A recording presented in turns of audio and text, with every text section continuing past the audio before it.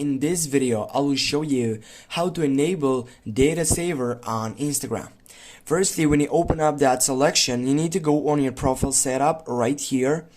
From here, you need to go on the three dots on your right upper side, and then you need to go on the settings button on the first selection.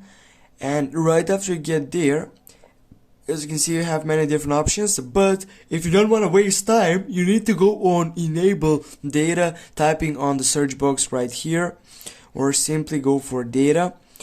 Go cellular data use.